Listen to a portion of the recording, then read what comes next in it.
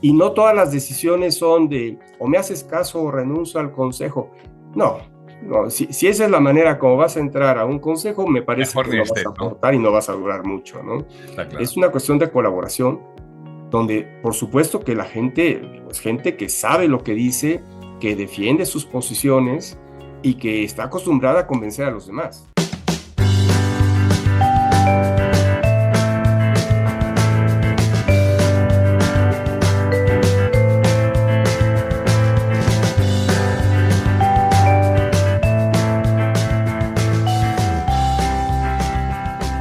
¿Quieres más control? ¿Quieres ahorrar tiempo y dinero? Somos Abril Soft, La solución más avanzada para el control de recursos humanos y nómina en hotelería. Tiene acceso a la información más importante en tiempo real. Únete a los cientos de Y corporativos colaboradores exitosos que ya confían en nosotros.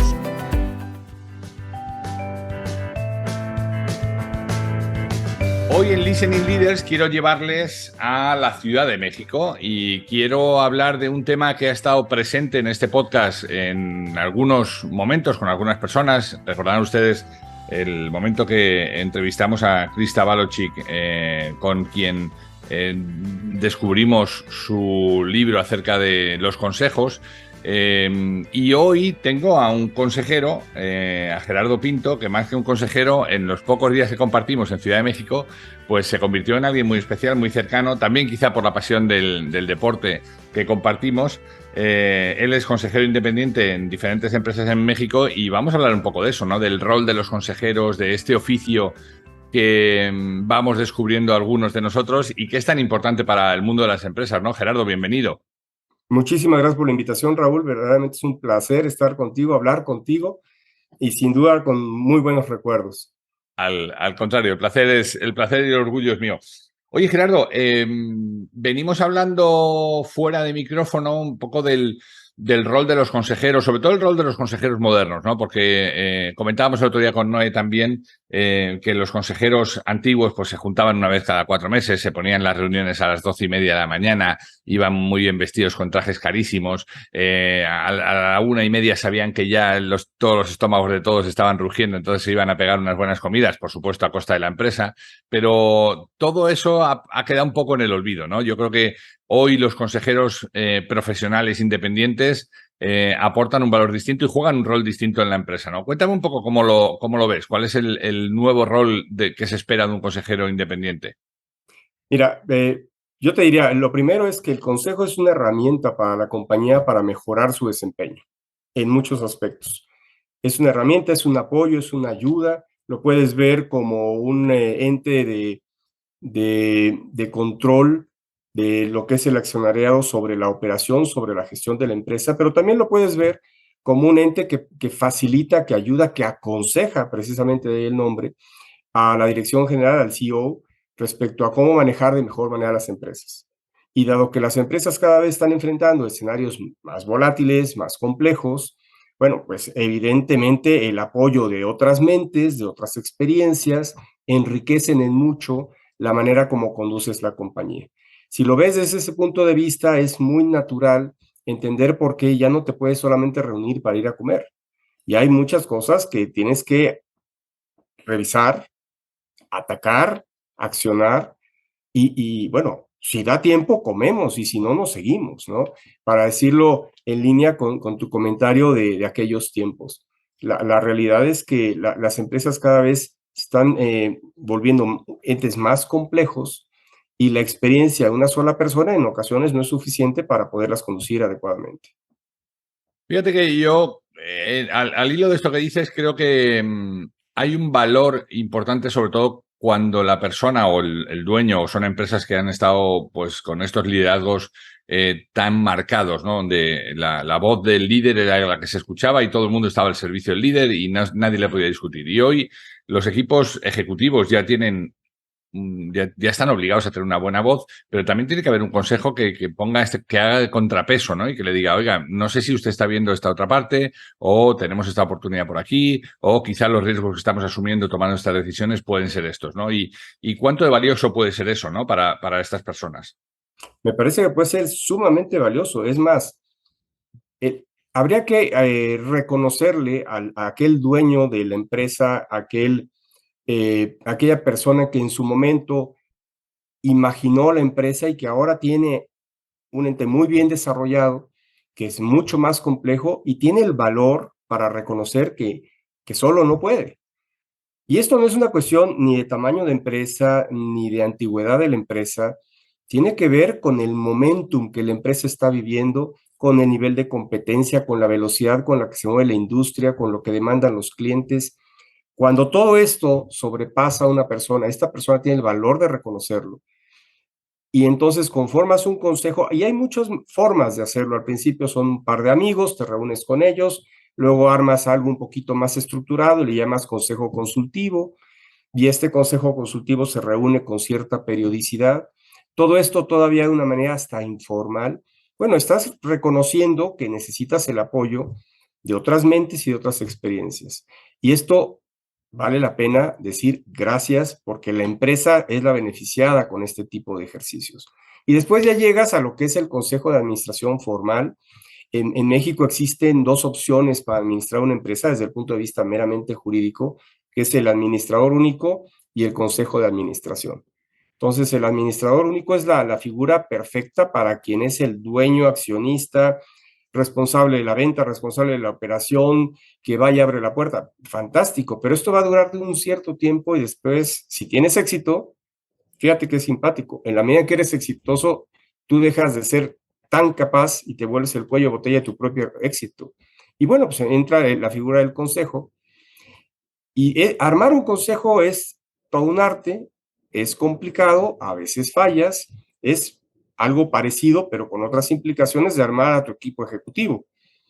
Y el que lo ha vivido sabe que se puede tardar 10 años en armar un buen equipo ejecutivo o tiene suerte y a los 6 meses ya lo tiene listo, ¿no? Son cosas, es parte de los riesgos de negocio. Pero ya que tienes a tu consejo, bueno, la conformación también se enriquece. Puedes tener consejeros que son los propios accionistas y empezar a desligar la labor del director general de la del presidente del consejo. Y esto puede tardar años o puede tardar meses. Y después entran los consejeros independientes, que son personas que no tienen absolutamente ningún tipo de liga con los accionistas o con la administración de la empresa. Ojo, esto también puede ser un tema que debamos de discutir. Y empiezan a dar su opinión en función de su experiencia, en función del talento, y enriquecen hasta donde es posible la discusión de qué vamos a hacer con la empresa en el futuro, porque no gestionan, ¿no? Lo que hacen es apoyar, abrirle el panorama cuando esto sea posible, identificar algún riesgo cuando esto sea posible hacia el director general. Pero bueno, sin duda es un paso evolutivo de la empresa, un paso muy importante y es para el fundador, dueño, primera, segunda generación, normalmente perder el control de todas las decisiones, pero enriquecer el futuro de la compañía. Me da que pensar que efectivamente cuanto más exitosa es la empresa, cuanto más exitoso ha sido su fundador, dueño, o cuanto más exitoso ha sido el equipo que lo ha llevado hasta allí, más difícil es ser consejero porque la tentación de decir sí buena es muy grande, ¿no? Sí, pero eso ha pasado siempre en todos lados, dentro de la propia empresa. Y no pensemos en la dirección general, cualquier ejecutivo exitoso, el reto de su equipo, ¿cuál es? Seguirlo alimentando y enriqueciendo. Sí, sí. Pero eso es en todos los equipos. Entonces, bueno, si vamos a tomar el tema que nos apasiona a ti y a mí, ¿no jugarías con los Chicago Bulls porque está Michael Jordan en él? Pues yo creo que sí, ¿no? Sí, sí.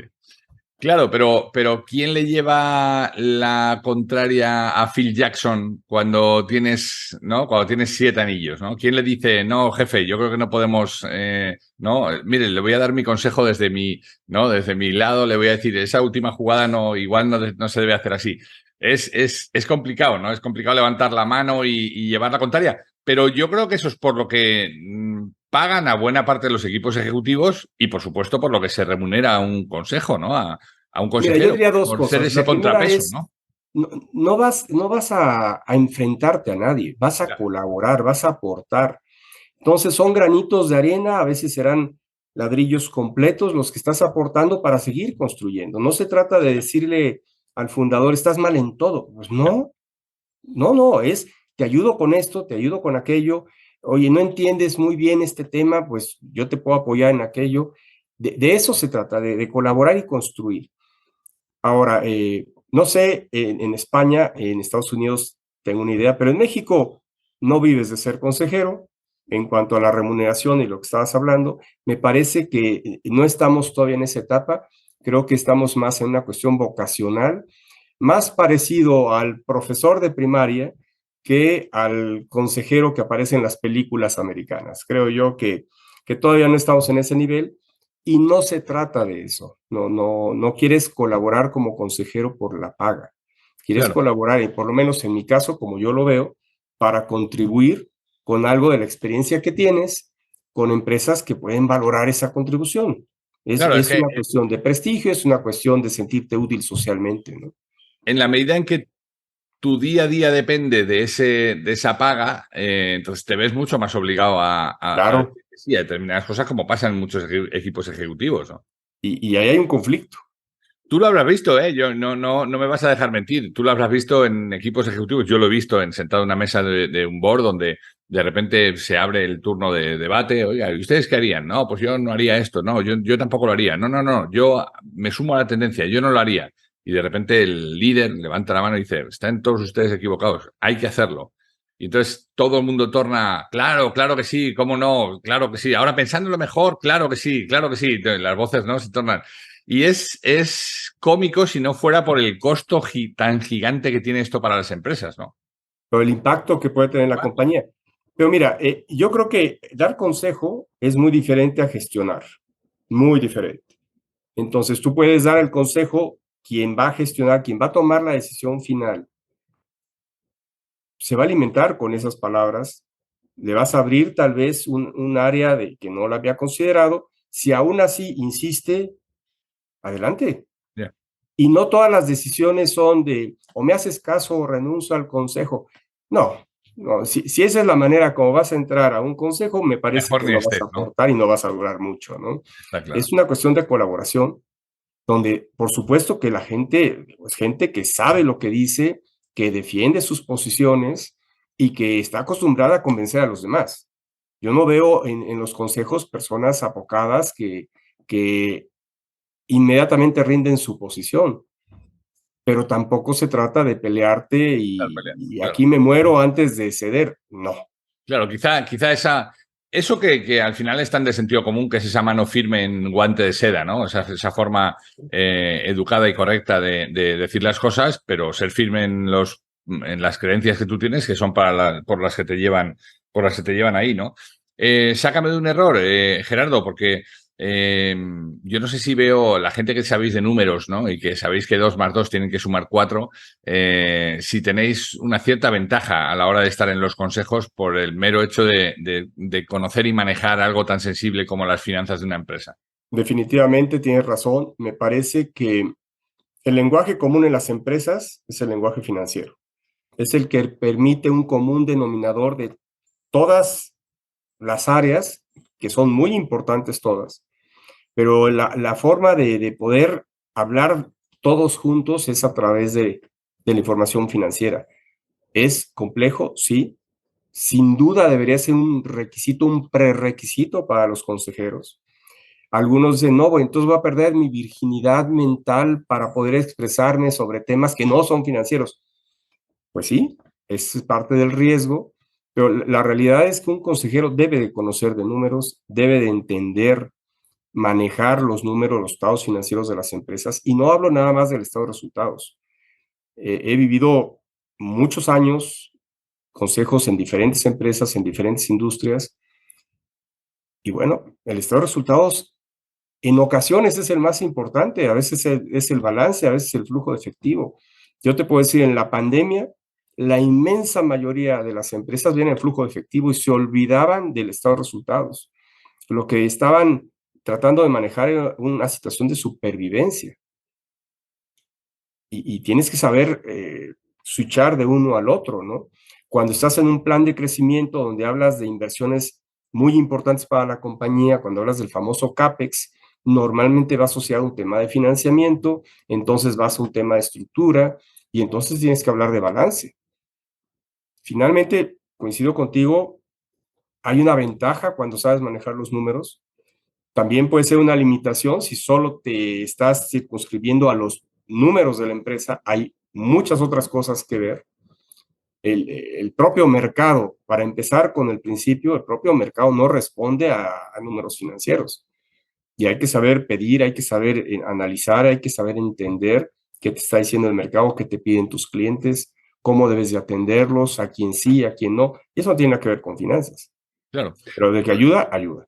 Estaba escuchándote con interés y pensando en que en todas las empresas siempre hay debe haber un balance entre personas o equipos o áreas que están enfocadas a las tareas, como pueden ser esta, tarea, número, dato, control, seguimiento, ¿no? Tareas, y otros que están enfocados a las personas, como puede ser más la parte, pues desde orientación al público, al cliente, toda la parte de calidad o toda la parte de procesos de seguimiento del estado del sentir de las personas, ¿no? Por tanto, yo creo que eso también debería llevarse a un consejo, de manera que si tú tienes a un equipo sumamente ejecutivo, sumamente de números, tiene que tener un contrapeso en, oiga, ¿y qué está pasando con las personas? ¿No? Y esa es un poco mi esperanza, ¿sabes? De poder aparecer por ahí en algunos sitios donde gente se suda, gente con muchos números, se olvida de que para cualquier cambio, cualquier transformación digital o transformación económica, tiene que haber primero una transformación cultural potente, ¿no? Tienes toda la razón. Me parece que ese es uno de los puntos más relevantes del quehacer del presidente del Consejo. Cómo seleccionar a sus consejeros para complementar lo que necesita entre el CEO y el presidente del Consejo. Si tienes un CEO muy comercial, muy orientado al mercado, posiblemente necesitas consejeros un poquito más aterrizados, posiblemente, depende de la industria, depende del momento. Por el contrario, si es un CEO que viene del área financiera o que viene del área de operaciones, que es muy basado en hechos, ¿no? Y es lo único que maneja, pues tal vez en el consejo necesite tener personas como tú que le recuerden que para todos se necesitan seres humanos que tienen necesidades, que puedes tú manejar con una cultura, que los puedes seleccionar. Todo esto, el manejo del talento es uno de los grandes problemas que tienen todas las empresas, todas, y en todos los niveles, desde el que atiende el mostrador hasta el consejo de administración, porque hay consejos que les falta talento y que tienen que subsanarlo. Y ese es el problema, esa es la tarea del presidente del consejo. Entonces, tienes razón, pero aquí tiene que haber una cuestión de a dónde quiero llevar a la empresa en el futuro. Déjame que te pregunte por otro paradigma que está cambiando, ¿no? Y es por este espacio pasan también líderes de grandes unicornios que están naciendo con mucha fuerza, startups, gente de 30 que tienen un conocimiento y sobre todo tienen el conocimiento al alcance de sus manos y ya están aprovechando, ¿no? Y claro, uno piensa en un consejo como, pues eso, como en la Roma antigua, ¿no? Los consejeros eran las personas que ya habían vivido una experiencia, tenían una vida y entonces se proponían todo este conocimiento para los demás. Pero hoy te puedes encontrar perfectamente también gente joven que ya en muy corto espacio de tiempo ha vivido muchas vidas en una, ¿no? Tienes toda la razón del mundo. El tema aquí es qué buscas para la empresa. Ya. ¿Sí? Si es una startup que tiene un fondo de inversión que le está apoyando, donde el 50% del consejo está ocupado por el fondo de inversión y su intención es trabajar 4 años, salir a bolsa y recuperar con un payback X, quieres puros financieros, un buen gestor y gente con mucho talento para desarrollar la idea con la que se concibió esa empresa. Y esa gente no va a tener 60 años. Por el contrario, si estás hablando del consejo de una cementera o de una petroquímica, donde los planes de inversión se tienen que hacer a 10 o 15 años, no vas a encontrar gente de 30, 40 años en el consejo. Depende en mucho de qué compañía estamos hablando y qué es lo que esperas de la compañía. Muchas startups arrancan y lo que buscan es ni siquiera ser rentables, tener un lugar en el mercado, una participación y ser vendida para integrarse a una más grande. Bueno, eso es muy válido, Y si participas en ese consejo, lo tienes que entender. Me parece que lo primero que un consejero, sobre todo los independientes, que son los que se supone que no están totalmente imbuidos de lo que es el quehacer de la compañía, necesitan tener muy claro cuál va a ser su labor, por qué lo están contratando. Es un contrato entre la empresa y una persona externa que viene a aportar. ¿Por qué me contratas? ¿Para qué me quieres? Es parte de la práctica de los consejeros con el presidente del consejo. Sin duda, sin duda. Oye, Gerardo, una de las cosas que me encanta preguntar a mis invitados es qué están aprendiendo en este momento, pero claro, preguntártelo a ti, que nos hemos conocido en un curso en un programa para presidentes y miembros del consejo, los dos sentados en las aulas, recuperando el sabor del aula, pues se hace más interesante, ¿no? Porque demuestra que tienes una mente inquieta y que te quieres preparar para lo que viene, ¿no? ¿Qué está aprendiendo en este momento Gerardo Pinto? Mira, la realidad es que la vida es un continuo aprendizaje. Hay, en la medida en la que vas teniendo contacto con personas que lo que buscan es crecer y desarrollarse, tú puedes también crecer y desarrollarte. Para mí son dos conceptos bien distintos. El desarrollo implica ampliar tus capacidades. El crecimiento generalmente está definido en función de un tamaño. Entonces, las dos cosas tienes que mejorarlas. Yo aprendo todos los días. Platicar contigo es algo increíble, ¿sí? Tienes una visión completamente antagónica, podríamos decir. Tú estás muy enfocado en el recurso humano y estoy muy enfocado en la empresa como tal. Nunca me ha gustado pensar en mí como un financiero, aunque estuve muchos años en esa área, pero me interesa la empresa y la empresa es una suma de muchas intenciones, de muchas iniciativas, de formas distintas de ver el mismo concepto. Tú platicas con el área comercial de una empresa y lo mismo que están viendo ellos, lo platicas con el área de recursos humanos y Dios mío, es otra cosa, ¿no? Eso es fantástico. A mí esto me motiva muchísimo, es algo que me gusta hacer y bueno, pues simplemente el hecho de estar buscando una empresa en la que pueda colaborar como consejero es porque quiere seguir aprendiendo. El ser consejero no es ir a mostrar todo lo que sabes, es ir a aprender. Un consejero lo primero que necesita hacer cuando ya se puso de acuerdo con el presidente del consejo es conocer la empresa. Y conocer la empresa no es sentarse en una sala de juntas cada 3 meses. Conocer la empresa es entender cómo vende, cómo opera, cómo es la gente, dónde está ubicada. ¿Es una empresa de distribución? ¿No lo es? ¿Es un mayorista? ¿Produce o revende? Entender claramente cuál es el modelo de negocio. Y después te vas más arriba y te vas con el secretario del consejo. El consejero debería de saberse de memoria los estatutos de la compañía. Quiero ver quién realmente entiende cuáles son los estatutos de la compañía que aconseja.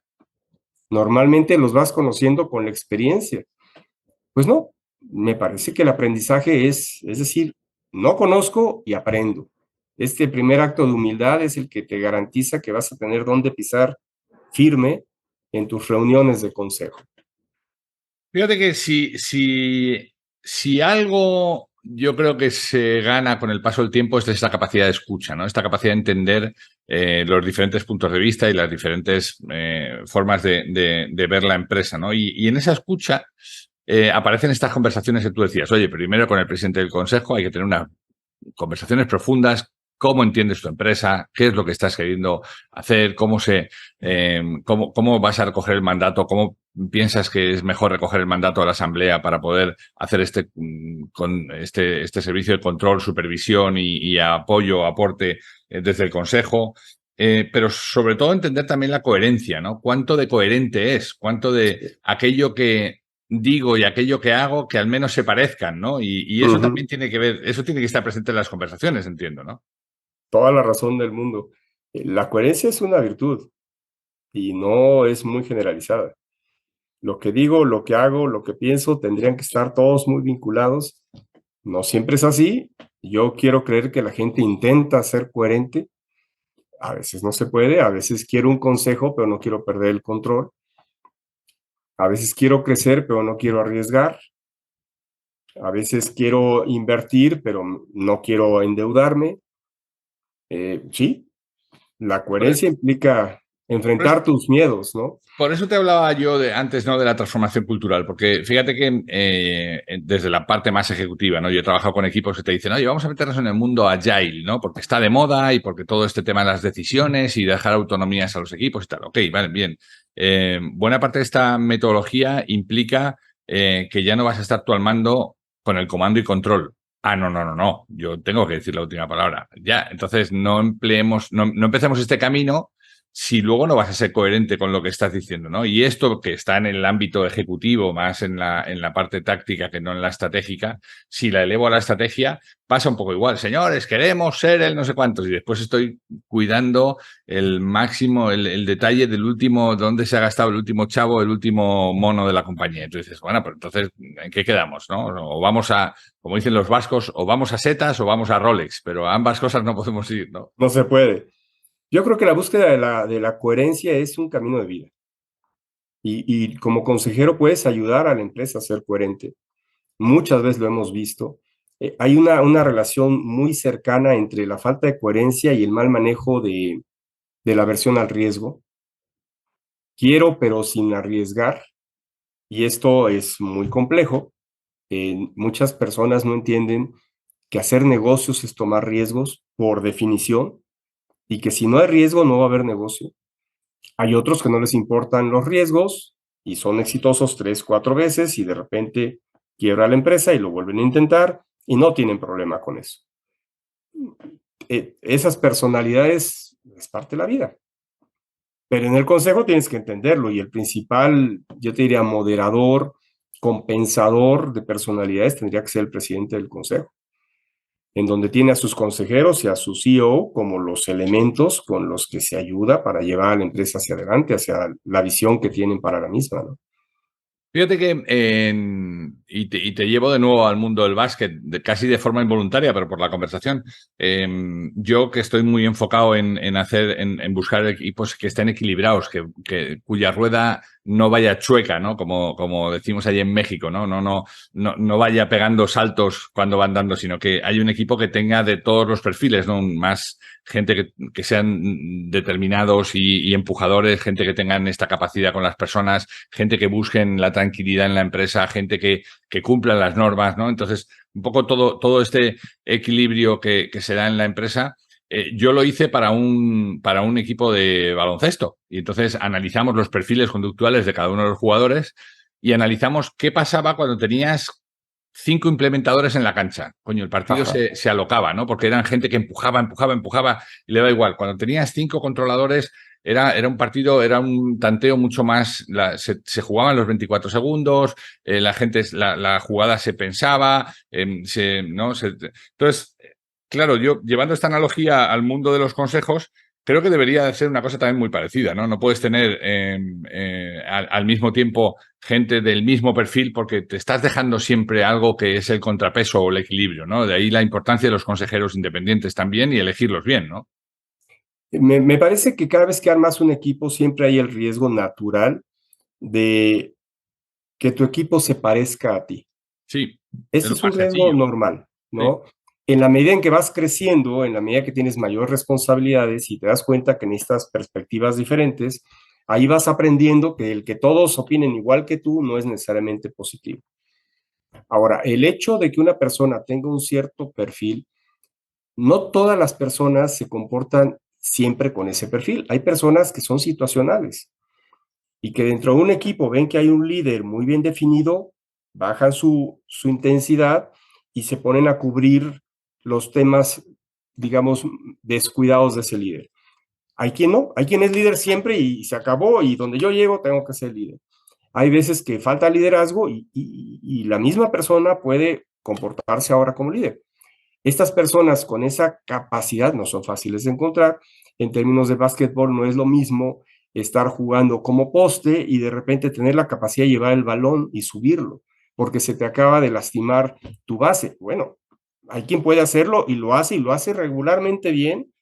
Y bueno, para el entrenador es fantástico porque le solucionó un problema en un cierto momento. Entonces, no todas las personas juegan la misma posición siempre. Hay algunos que tienen la capacidad de moverse en posiciones, pero en general la tendencia es, yo quiero que la gente piense como yo aquella época en la que hablábamos de las personas azules y rojas y amarillas, ¿no?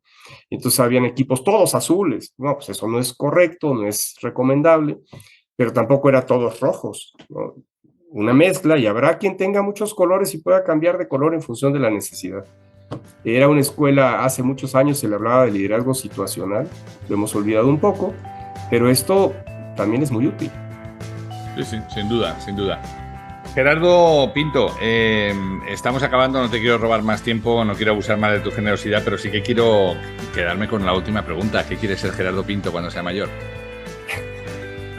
Quiero divertirme mucho, quiero en la medida de lo posible devolver todo lo que la vida con lo que la vida me ha beneficiado. La realidad es que hay muchas cosas donde tenemos que ser agradecidos con la vida. Ya no se trata de qué más quiero, sino qué más puedo devolverle a los demás en muchos sentidos. Me parece que es una oportunidad muy bonita de agradecer. ¿Y qué quiero ser cuando sea grande? No sé, ya te lo diré cuando lo sea. ya nos hablaremos, dice. Ya te llamaré porque... Así es, ya platicaremos de eso. Tú serás más o menos igual de grande que yo, así que ya hablaremos. Exacto. Te mando un abrazo muy, muy fuerte, Gerardo, y gracias por tu tiempo. Gracias a ti por tu tiempo. Un verdadero gusto estar contigo platicando. Pues hemos llegado al fin de nuestra entrega. Esperamos que haya sido interesante para ti. Si quieres saber más de lo que hacemos, escuchar entregas anteriores o leer las entradas del blog, no dejes de entrar en depersonas.com. Nuestra promesa de valor es ayudar a las empresas en sus procesos de cambio con quienes los hacen posible, que no son otros que las personas. Te esperamos en la siguiente entrega en De Persona Radio. Hasta entonces.